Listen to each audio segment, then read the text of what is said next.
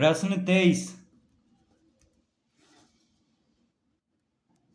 यदि कौशिक थीटा बराबर √10 तब थीटा के अन्य सभी त्रिकोणमितीय अनुपातों को ज्ञात करें। तो क्या दिया हुआ है? कौशिक थीटा बराबर √10।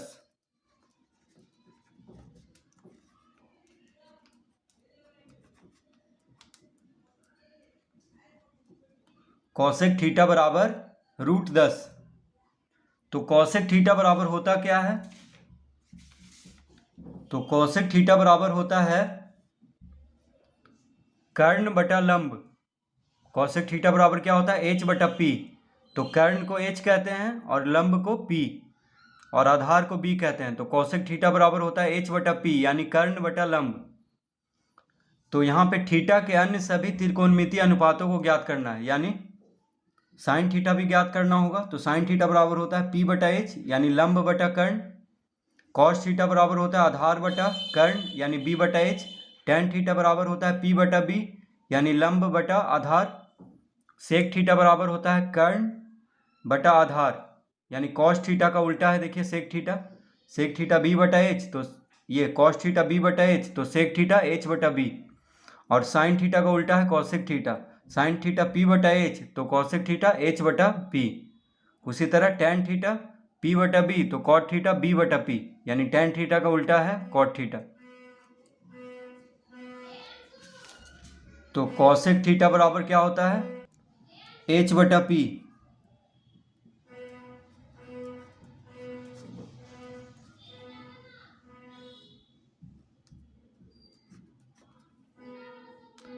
तो h बटा p बराबर हम लिख लेंगे √10 बटा 1। √10 को हम √10 बटा 1 लिख सकते हैं। √10 को √10 बटा 1 लिख सकते हैं। ठीक है, तो h बटा p बराबर लिख लेंगे √10 बटा 1। कोई फर्क नहीं पड़ रहा है। या इसको हम इस तरह लिख सकते हैं, या h बटा √10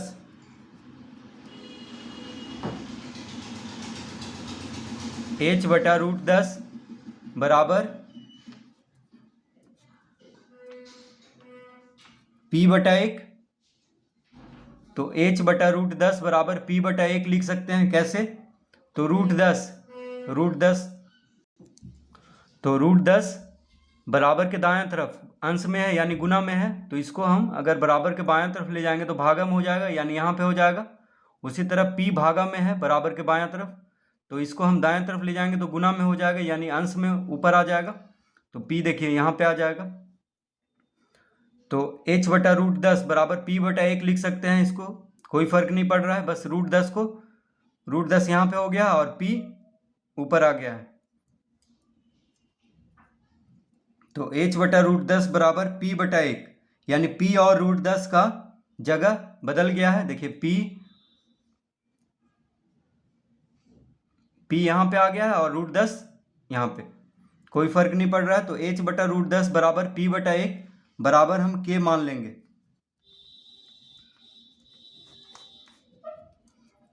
यानी h बटा √10 भी k के बराबर है और p बटा 1 भी k के बराबर है, ये हम मान लेंगे। तो लिखेंगे माना।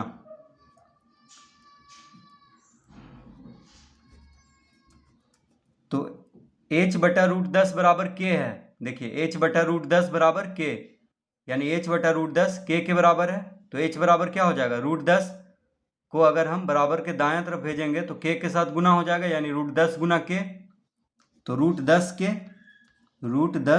k इस तरह लिख लेंगे, कॉमा p बटा 1 k के बराबर है। तो p बराबर क्या हो जाएगा? 1 और k गुना हो जाएगा, तो 1 गुना k लिख लेंगे। तो p बराबर k लिख लेंगे यानी h बराबर √10 k और p बराबर k। तो h क्या है? कर्ण को h से लिखते हैं, तो कर्ण कितना है? √10 k और लंब को p से लिखते हैं, तो p बराबर k है यानी लंब कितना है? k। तो कर्ण और लंब ज्ञात हो गया है। अब हम आधार ज्ञात कर लेंगे पाइथागोरस प्रमेय से। तो लिखेंगे अब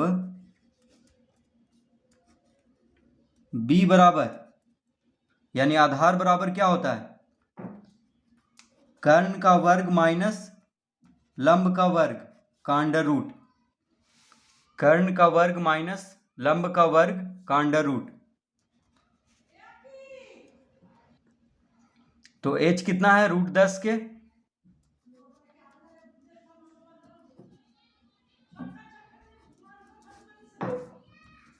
तो h स्क्वायर है तो √10 के का स्क्वायर कर देंगे।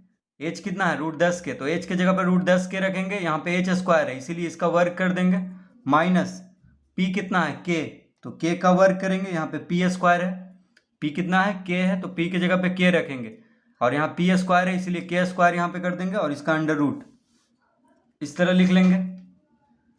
तो √10 का वर्ग यानी √10 गुना √10 क्या हो जाएगा 10, और k का वर्ग यानी 10k square minus k square लिख लेंगे।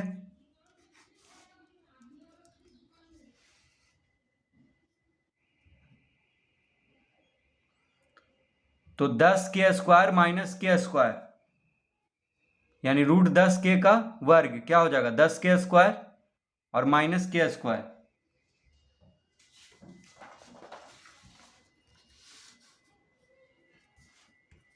तो 10k square minus k square क्या हो जाएगा 9k स्क्वायर।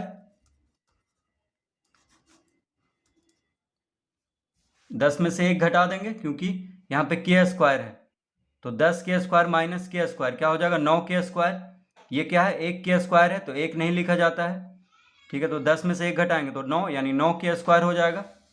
अब 9 अंडर रूट 9 है यानी 9 का वर्गमूल क्या हो जाएगा 3। 9 का वर्गमूल 3 हो जाएगा क्योंकि 3 तिहाई 9 होता है, तो 9 का वर्गमूल लिख लेंगे, और k स्क्वायर है तो यहाँ पे k लिख लेंगे। तो b कितना आ गया, आधार आ गया 3k। देखिए b निकाल रहे थे हम, तो b कितना आ गया 3k, और h कितना है √10 के, और p है k। तो तीनों ज्ञात हो चुका है। अब हम आसानी से सभी त्रिकोणमितीय अनुपातों को ज्ञात कर लेंगे। तो लिखेंगे अतः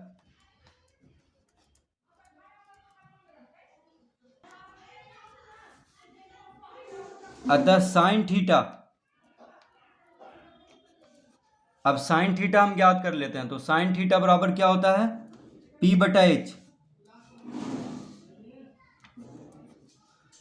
p/h साइन थीटा बराबर क्या होता है p/h। तो p कितना है k है, और h कितना है √10 के।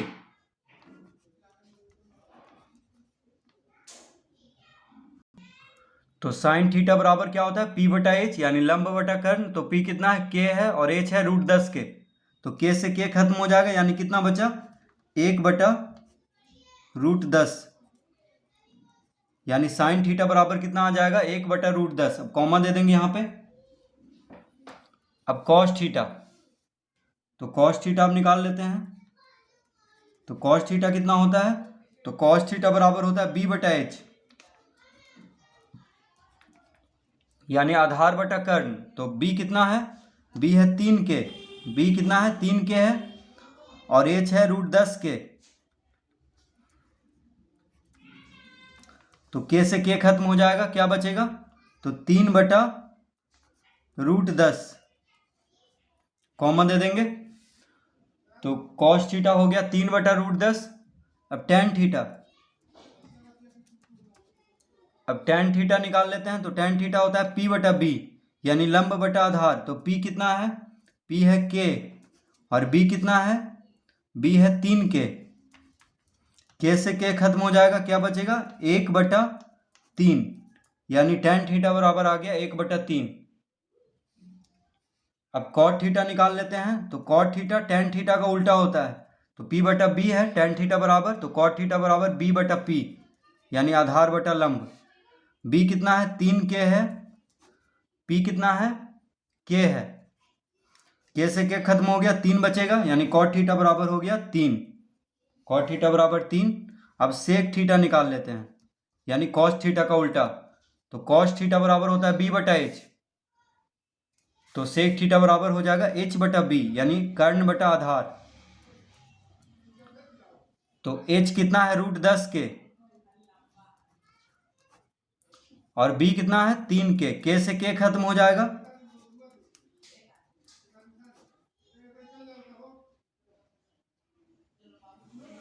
तो √10/3, तो सेक थीटा हो गया √10/3। तो देखिए इस तरह से, तो साइन थीटा कितना हो गया 1/√10, cos theta 3/√10, tan theta 1/3, cot theta 3, sec theta √10/3।